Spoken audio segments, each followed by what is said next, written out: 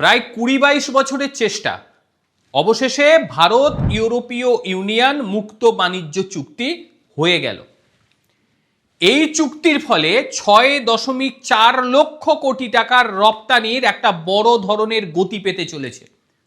আর ভারতীয় পণ্য ইউরোপীয় ইউনিয়নের ২৭টি বাজারে এবার তারা প্রবেশাধিকার পেল। কম কথা নয়, ২৭টি বাজার। ভারত এবং ইউরোপীয় ইউনিয়ন বর্তমান সময় যদি তাকিয়ে দেখি, সেই ক্ষেত্রে বিশ্বের চতুর্থ ও বিশ্বের দ্বিতীয় বৃহত্তম অর্থনীতি, যা বিশ্বের মোট জিডিপির প্রায় ২৫% এবং বিশ্ব বাণিজ্যের প্রায় 1/3। এটাকে ছোট করে দেখলে হবে না। পৃথিবীর কোনো দেশ নেই যে এটাকে ছোট করে দেখতে পারে।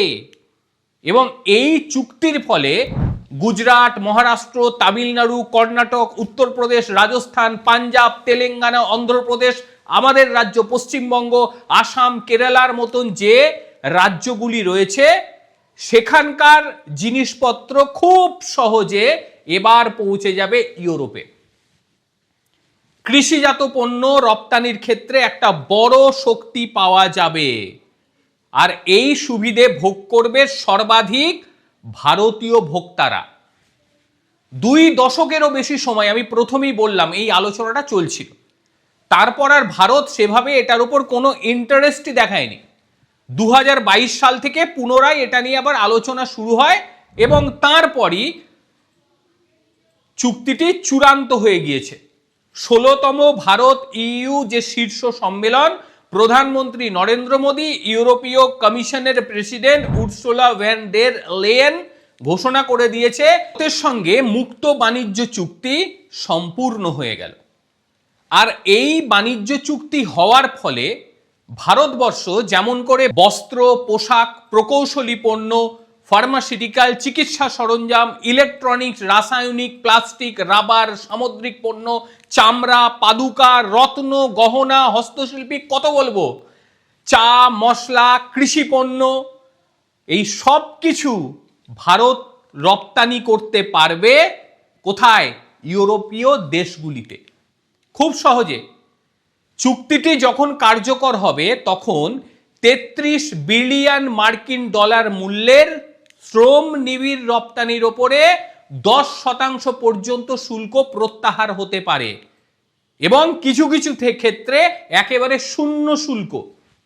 এই চুক্তি অনুযায়ী বস্ত্র ও পোশাক খাতে 100% পণ্যের উপরে অবিলম্বে শূন্য শুল্ক আরোপিত হতে চলেছে। কোনো শুল্ক লাগবে না। ইউরোপীয় ইউনিয়নের 263 বিলিয়ন মার্কিন ডলারের যে বস্ত্র বাজার, সেই বস্ত্র বাজার ভারতের জন্য খুলে যাচ্ছে। ভারত বৈশ্বিক প্রতিযোগিতায় যে সক্ষমতার সঙ্গে দাঁড়িয়ে থাকবে এবং জোরদার হবে, তার প্রতিপক্ষরা আর কেউ থাকবে না। তারপরেই আসি চামড়া, পাদুকা পণ্য, এর ওপরে 17% থেকে কমিয়ে শূন্য করা হচ্ছে। আগে আমাদের চামড়াজাত সামগ্রী, পাদুকা, যেগুলি ইউরোপের বাজারে যেত, এর ওপর 17% শুল্ক চাপত। বর্তমানে এই এগ্রিমেন্ট হওয়ার ফলে এর ওপর শুল্ক থাকলো না, শূন্য শুল্ক হয়ে গেল, যা ভারতীয় রপ্তানিকারকদের ইউরোপীয় ইউনিয়নের 100 বিলিয়ন মার্কিন ডলারের বাজার ওপেন হয়ে গেল। আর এর ফলে আগ্রা, কানপুর, কোলাপুর ও রানীপেটের মতন জায়গাগুলি যেখানে এই ধরনের শিল্প উৎপাদন হয়, তারা পুনর্জীবিত হয়ে উঠবে। এরপর গহনা বা রত্ন, এই যে খাত, এই খাতে প্রায় 79 বিলিয়ন মার্কিন ডলারের একটি প্রিমিয়াম বাজার, সেই বাজারেও ভারত প্রবেশাধিকার পেয়ে গেল। এর ফলে গুজরাট, রাজস্থান, মহারাষ্ট্র এবং আমাদের পশ্চিমবঙ্গে বিভিন্ন ক্ষেত্র ওপেন হয়ে যাবে। তারাও গিয়ে ব্যবসা করতে পারবে বা তাদের তৈরি করা সামগ্রী পৌঁছে যাবে ইউরোপের ওই 27টি বাজারে। ইঞ্জিনিয়ারিং ও উৎপাদন খাতে রপ্তানি ইউরোপীয় ইউনিয়নের 2 ট্রিলিয়ন মার্কিন ডলারের যে শিল্প, সেখানেও ভারতবর্ষ প্রবেশাধিকার পেয়ে যাচ্ছে, যা বলা হচ্ছে 30 সালের মধ্যে প্রায় 300 বিলিয়ন মার্কিন ডলারের ইঞ্জিনিয়ারিং রপ্তানির লক্ষ্য রয়েছে এবং এর ফলে সহায়তা হবে যে সমস্ত রাজ্যগুলি, তা হচ্ছে মহারাষ্ট্র, কর্ণাটক, গুজরাট, অন্ধ্রপ্রদেশ, তামিলনাড়ু। ক্ষুদ্র ও মাঝারি শিল্পগুলো এর দ্বারা মারাত্মকভাবে উপকৃত হবে।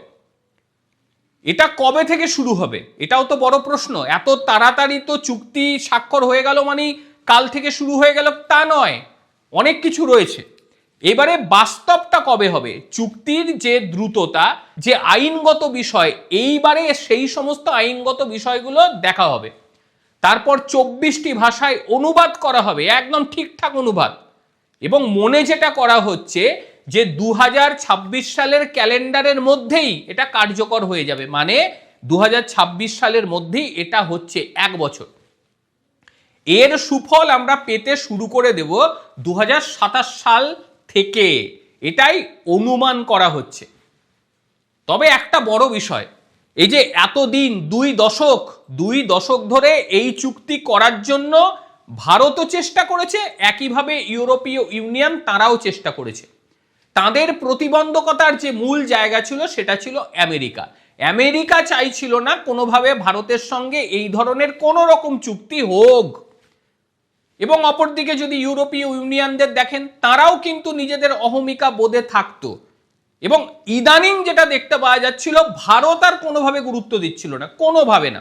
একদিকে ভারত গুরুত্ব দিচ্ছে না, অপরদিকে ইউরোপীয় ইউনিয়নের দেশগুলোর ওপরে ডোনাল্ড ট্রাম্প চাপ সৃষ্টি করতে শুরু করে দিল। তখন তারা ভাবলো যে আমেরিকা থেকে আমাদের বাঁচতে হবে, ডোনাল্ড ট্রাম্পের থেকে আমাদের বাঁচতে হবে। তখন ওই ফাইলকে নিয়ে এসে একদম ধুয়ে মুছে ভারতের কাছে নিয়ে চলে এলো এবং বলল যে আপনারা ফ্রি ট্রেড এগ্রিমেন্ট করুন। বড় ধরনের ঘোষণা। এই ঘোষণার পরে ভারতের বহু উপকার হবে।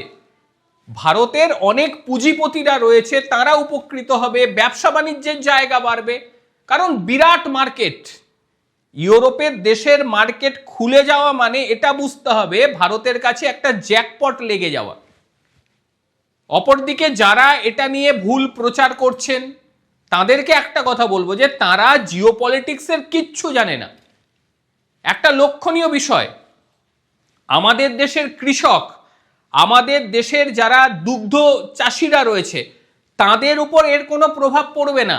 তার কারণ এইখানে লাল রেখা টেনে দিয়েছে ভারতবর্ষ, যে ভাই তোমাদের ওখান থেকে কিছু এনে এখানে ফেলবে না। তাতেই ইউরোপীয় ইউনিয়ন রাজি হয়ে গেছে, না না ঠিকঠাক আছে, আমাদেরকে একটু গাড়ি টাড়ি বেচতে দিন, একটু ওয়াইন টোয়াইন বেচতে দিন। এবং ভারত বলছে কোনো চাপ নেই, এসে বেচুন।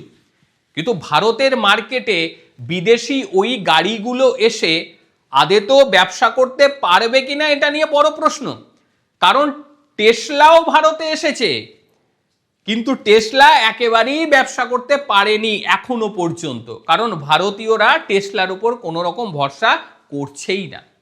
কাজেই ভারত জানে যে আমাদের যে গাড়ি মার্কেট রয়েছে, সেই গাড়ি মার্কেটটা আমাদের দেশের জনগণের কথা ভেবে তৈরি করা হয়। আমাদের দেশের জনগণের কথা ভেবে সেই গাড়িগুলোকে তৈরি করা হয়। তাদের মার্কেট বিরাট, সেখানে খুব একটা বেশি প্রভাব পড়বে না। যাই হোক, প্রতিযোগিতা বাড়ুক, প্রতিযোগিতা বাড়লে কম দামে গাড়ি আমরাও পেতে পারি। যাই হোক, আজকের প্রতিবেদন আপনাদের ঠিক কিরকম লাগলো অবশ্যই জানাবেন। চেষ্টা করলাম যে সমস্ত কিছুকে কভার করা।